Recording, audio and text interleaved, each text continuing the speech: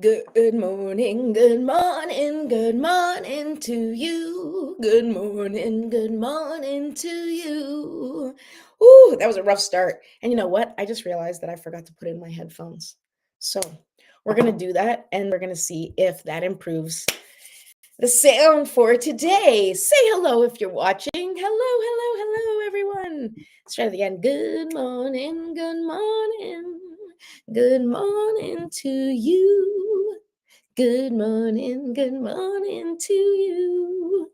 Was that better? A little bit? Did it sound better? I don't know. I'm trying new things. Welcome, everyone, to Me First Mornings, where we explore the tools, stories, and strategies that help you build No, okay. That guys, why? All right. Welcome to Me First Mornings, where we explore the tools, stories, and strategies that help you build resilience, start over after loss, and navigate life's twists and turns with clarity and confidence. I am your host, Patricia Rivera Wolfson, and I am a life coach, life strategist, actually, energy practitioner, and an intuitive coach. And today, we are diving into something that touches every single one of us at some point, and that is change and our challenges in asking for help as we go through changes. Okay. So this show is always talking about embracing change and healing old wounds.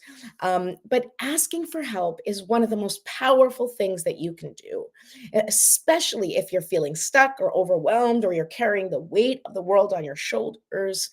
This conversation today is for you. So please keep watching. Let me know that you're here. Say hi in the comments or say hi while you're watching the replay. All right. So the first thing that we're going to do is our usual morning routine. We're going to light the candle, take a breath, take some breaths, do a little stretching. I swear I had the lighter. But once again, here it is. Okay, here we go. We're going to light the candle together. So get your candle. We're going to take some deep breaths. And as I light this candle with this thing that doesn't work, this lighter, nope, okay, guess not. All right, we're going to try the big one. All right, don't forget to say hi if you're here. Hi. Okay, here we go. We lit our candle. We're going to take 3 deep breaths. And during these 3 deep breaths, this is how I want you to intentionally breathe. Okay. As you're inhaling, I want you to take the deep breath and I want you to imagine love and eternal light and energy, all the goodness that the universe has to offer. I want you to bring it in and I want you to imagine it going through your body and dissipating all of the stuck, stagnant energy. Okay. And then as you exhale, I want you to release anything that doesn't serve you. Okay. Remember, inhale. We're going to hold for 5 seconds. And during that time, you're just going to imagine the beautiful power and light and love of the universe, of your spiritual support team filling your body. And then you're going to exhale. We'll do that 3 times. Then we're going to do just a little light stretching. We're going to shake it out, and then we'll begin the show. Okay. Or I will begin talking about the topic of the show. Okay. So here we go. Deep breath in and hold and release. Thought I got the coughing fit done before the show. Okay. Another deep breath in. Remember, bringing in all of the love, light, goodness, increasing our capacity to receive the beauty that the universe has to offer us.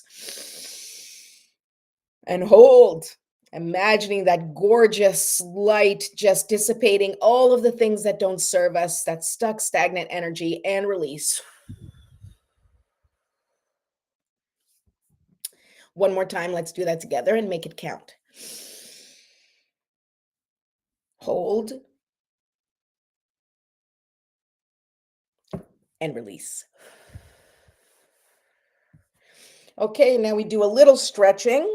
In your own routine, you can add yoga here. You can make it a lot more stretches. I only do the arms and the neck here because we're here together and I want to keep this sort of quick and intentional, okay, because that's where I hold most of my tension. and then we shake it out and release it, asking the universe to transmit that transmit that energy into something that can actually help the universe. Okay. Hi, Deb. Nice to see you. Okay. Now we're going to call in for our spiritual support team. I'm going to say my prayer. You can take this time to say whatever it is that feels connected to you as you call in your spiritual support team based on your own spiritual beliefs. All right. So here we go. Divine Mother, Infinite Father, Creator, Ascended Masters, Archangels, Spirit Guides, and all beings of 100% pure white light. Allow me to be a clear and open channel of your light and love without hesitation or ego. May the highest vibration of love and light connect with my higher self and release any and all things that no longer serve me. I ask that Saint Germain and his infinitely powerful violet flame burn away the things that no longer serve myself or humanity and hold us back from our divine existence. Thank you, thank you, thank you for helping me set an intention today that is in alignment with my highest good for the highest and greatest good of all. Thank you for showing me the signs and synchronicities in messages, in music, nature, movies, through the cards that I pull, through the words of others today and always. I appreciate you. I serve you. And I am grateful for any wisdom that you give me or the collective on this day. Thank you, thank you, thank you. So be it. And so it is. Okay. Woo! All right. So take a moment to set your intention or think about your GPS word. Get yourself getting started right on the right foot for your day. I'm going to take a little sip and then I'm going to remind you of all the things that you can do, such as subscribing out to my YouTube channel. Go ahead. I'll wait. Subscribe and press the little notify me, like ding the button to notify you about when I come live. Then you can see when I come live, which is usually Monday through Friday every day. I haven't been able to nail down a time in the morning because mornings are challenging for me. They're challenging in my household. So you get me at some point in the morning. I can't tell you when, and that's going to have to be enough. Okay. Sorry. Okay. Don't forget that my calendar is open. I'm taking personal sessions if anybody is looking, personal reading, strategy session, or couples readings, which I do and are quite successful. Go ahead to my Calendly and book yourself an appointment. The link is in the description. All right. Okay, let's begin. Change, it isn't easy. It can feel overwhelming and uncomfortable, and most of the time, really freaking scary. But here's the thing. It's also one of the greatest opportunities that you have for growth. When everything is good, life doesn't change or shift. Now, of course, it's good. So why would you want it to change or shift? But evolution is important. It's important for humanity. It's important for our own evolution. And the thing is that even though we think things aren't changing, when things are kind of like going and going, they're always evolving, they're always changing, and it's up to us to navigate the change in a way that is in alignment with who we're becoming. And I am going to talk about this every single day and remind you every single day. Okay. And this change, this transformation that we go through, and especially, and I want to speak personally to anyone out there who, like me, is in their midlife. Okay, so I turned 50 this year. My kids are, all in. Well, two are in high school. One is in middle school, but soon going to high school, so preteen. My kids kind of take care of themselves. For the most part, in the sense of like, I'm not wiping anybody's butt anymore, but there's still a whole level of an involvement with my children's life that's different from what it was. But it's not as hands on the way it used to be, like trying to run after them so they didn't stick their fingers in a socket. So as my role as their mother evolves, I evolve as a person. And then I have more time or more, not more time, because God, I don't feel like I have more time, and maybe you don't either, but things shift, your perspective shifts, the things you need to focus on shifts.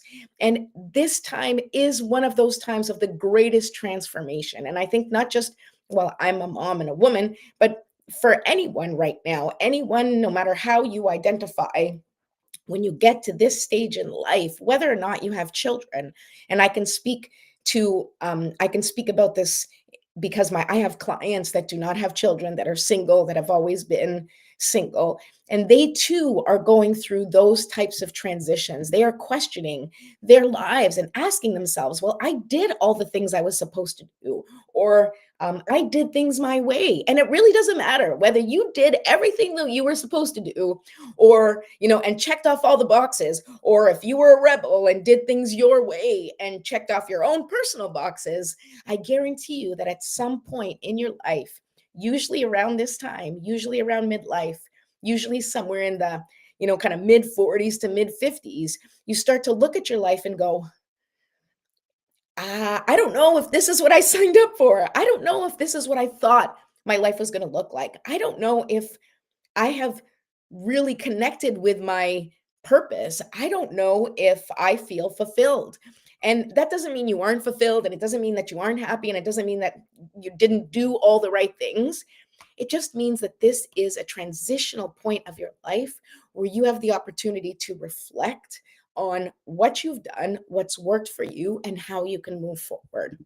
And here's the myth that we need to bust right now: you don't have to do it alone, right? The myth being that you got to do everything on your own and pick up your bootstraps and get your things done. I mean, yes, you do. You have to pick up your bootstraps and get things done, but you don't have to do it alone. You don't have to be the expert in everything. You aren't the expert in everything. None of us are, okay? Society has taught us that independence is the ultimate goal. But guess what? That is a lie. It is a lie. Real strength comes from interdependence, leaning on one another, growing together, and celebrating the beauty of our differences. Like, that's really, really where it lies. Okay. And I'm going to get real here with you in my get real, feel, heal, and get real talk. This is the get real portion. Okay. And when I lost my husband, which now was a little bit over 2 years ago, as you can imagine, I was lost. Now, I don't know everybody else's situation who is in grief or who have lost a loved one or even a partner, but I can tell you that my husband was my everything. And I don't mean that he did everything for me, although he did many things for me because he was my husband and he was the best. But he did everything for me in the sense of connecting with me, validating me, working with me as a team in our home. We each had our responsibilities that we took care of. We did the things that we were both kind of good at, right? Like he took care of certain things and I took care of certain things. And they were intertwined. They were not like, you know, the blue list or the pink list or whatever the hell, or the honey, like I didn't give him honey-do lists or any of that. Okay, that's just not how we worked. I took care of the children primarily because he was at work, but I'm also the one that unclogs the toilets and unclogs the sink and deals with all the stuff in the house, right? Because I'm home, and that's how it worked. And I'm just sharing that because it's an interesting thing, and I feel proud that I did those things. But what I didn't do was really navigate a lot of our financial stuff. Now, I knew everything that was happening financially. Scott and I talked about everything, but I didn't manage it day to day, right? And it wasn't because I didn't know how to, it was because I didn't have to, because he took care of it. And that's just one example of the things that he sort of took care of in our life together, right? And so when I lost him, I also lost, aside from my best friend, my partner, my person, I don't know how else to describe him. I lost the person who kind of did life with me and took care of some of the hard things that I find a hard time dealing with, right? A lot of that adulting stuff, such as like the money, the adulting stuff when it came to money, he would take care of it. And so when he was gone, I was lost. Now, unfortunately, because he was sick, he prepared me in the ways that he could prepare me. And there was things that, I knew where things were, but I had never managed it. I hadn't taken care of it in many, many years since we've been married, right? Since we got married. And we were married for almost 18 years. He passed 2 months before our 18th wedding anniversary. And so I had a really hard time asking for help. Now, I mean a really hard time. I am an incredibly independent woman, and I'm proud of my independence. And as I said, I like snake toilets. So nothing really phases me, in terms of the things that I need to do, woman job, man job, however you want to relate it. I know those things are not, whatever, but I'm just trying to explain it from my perspective. Okay? And from my perspective, I was never afraid of facing anything in my life. I was never every single job I ever had in my life was always like I just kind of jumped in and learned by fire. That's how I did things. And losing my husband and navigating life after he was gone was not much different, in terms of me being thrown into the fire and just having to figure it out. But here's the thing, I wasn't by myself anymore. I had my three kids to raise. I still do. And I found myself really anxious and stuck and not knowing how to take care of things. And even worse, beating myself up and feeling guilty and ashamed that I did not know how to take care of like day to day stuff in our household that was important for the security and well being of our home. Now, I take care of the love and the food and all that stuff, but I wasn't taking care of sort of the other level of responsibilities, the financial responsibilities, the taxes, and all those things. And so I had to do something. And like I said, that's one example. And one example was that I had a lot of friends and I have a really good foundation of people that surround me who offered support, who I had people from every corner. And I'm so grateful for that, saying, how can I help you? How can I help you? Please tell me how I can help you. And the truth is, I didn't even know what to ask for. And again, shame and guilt for not knowing how to do these things held me back from asking for help. It stopped me in my tracks because I was ashamed that I had to ask for help. I felt guilty that I didn't know how to do these things. And so one day I had a friend of mine, and there's two things that I'm going to tell you that helped me. And these are examples for you, and do with them what you will. But they're my own personal examples of how when I finally released the shame and the guilt of not knowing, and I erased the limiting belief that I had to do it on my own. And when I finally reached out and asked for what I needed and asked for help, everything changed for me.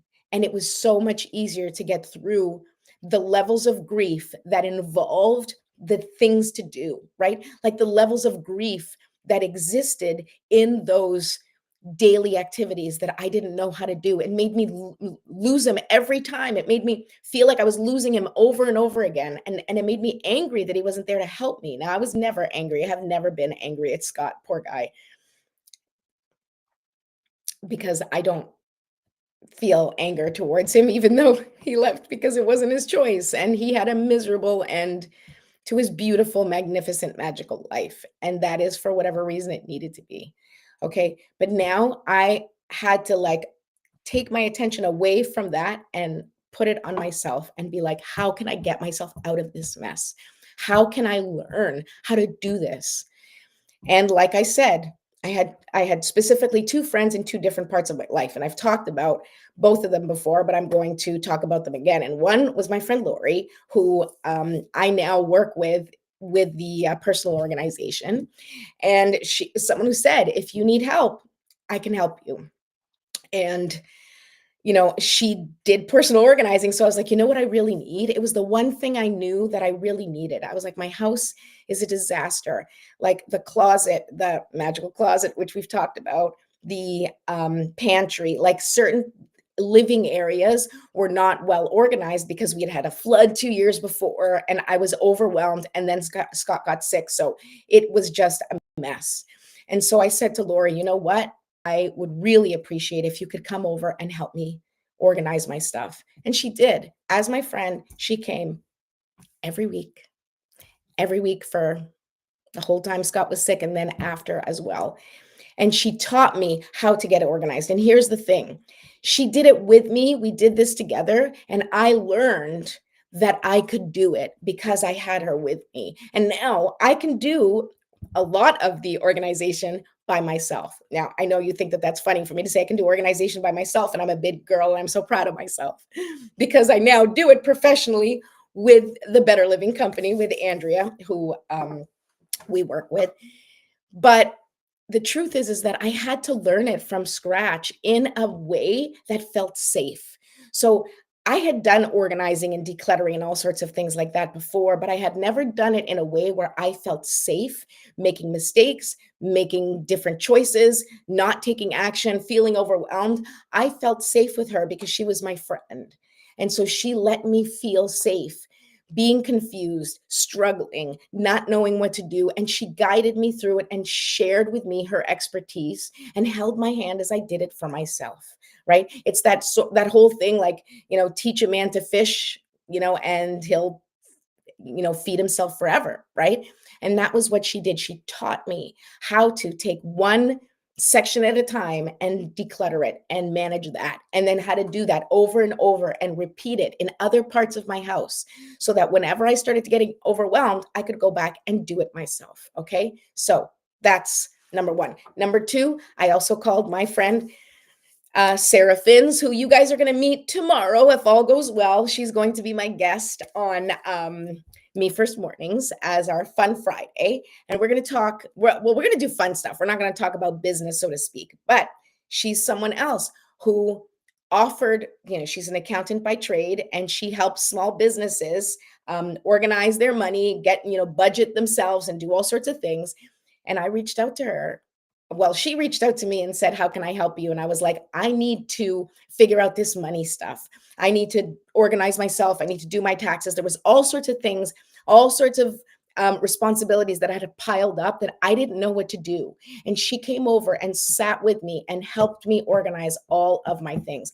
And in the last 2 years, I have had incredible strides in my life, personally, incredible strides, because I have been able to face those things. I've been able to make the changes, and I've been able to learn how to do those things for myself. And that was priceless. And here is why I am such a proponent of contacting someone if you need support. Now, if you don't have friends or family that can help you, or maybe it makes things challenging, then call a professional, call a therapist, call a coach. Okay. I actually have special sessions that I do with people called Better Together sessions, where they are lower in price, but I will on Zoom keep you company as you do things. But you don't have to call me. Call a friend. Have a friend stay on Zoom with you if they're not close, or have a friend come over. Have someone who is an expert in something, or is just better than you in something, and have them come over and help you figure things out. Talk it over on the phone. Have a Zoom session. However it is that you need to do it, I encourage you, please go out and ask for support and help, because sitting in the cycle of shame and guilt does not move you forward in any way. But when you reach out for someone's hand and say, "Hey, I really need help with this," I promise you,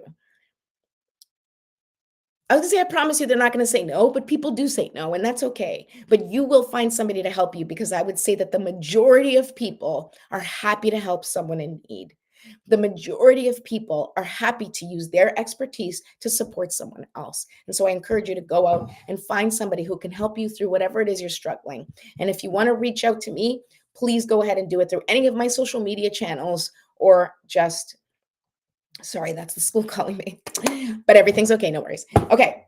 So I'm going to pull a card because I have to go and wrap this up. We got like 2 more minutes. So I'm going to pull a card because I love to pull cards today. And I'm going to pull a card for the energy of today. Okay. I'm going to pull the card for, actually, you know what I'm going to do? I'm going to pull a card to how to release the guilt and shame of needing support. Okay. This is like, what is the advice? Once again, we use the Wisdom of the Oracle, which I love, from Colette Baron Reed. And we're going to ask the cards, what do we need to do in order to release the guilt and shame of having to ask for support, having to get help? Okay. Okay, here we go.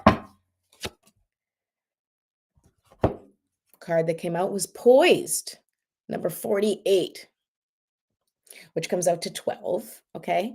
And 12, which is 2 plus 1 is 3. Okay. Which is a magical number. 3 is one of my beautiful numbers. And let's read what this says.